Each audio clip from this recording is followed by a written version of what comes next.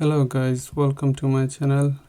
In this video I'm going to show you how you can remove a Windows 10 user account. So this computer has two user account. So one is admin and another one is user 2 account. So I'm going to show you how you can remove the user 2 account.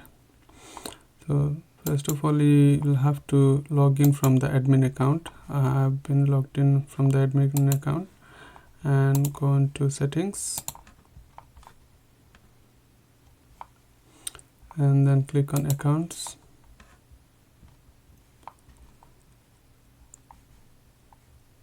and click on family and other users. As you can see, the user 2 account is here, so I can just simply click on remove and all the information saved on this desktop computer will be deleted.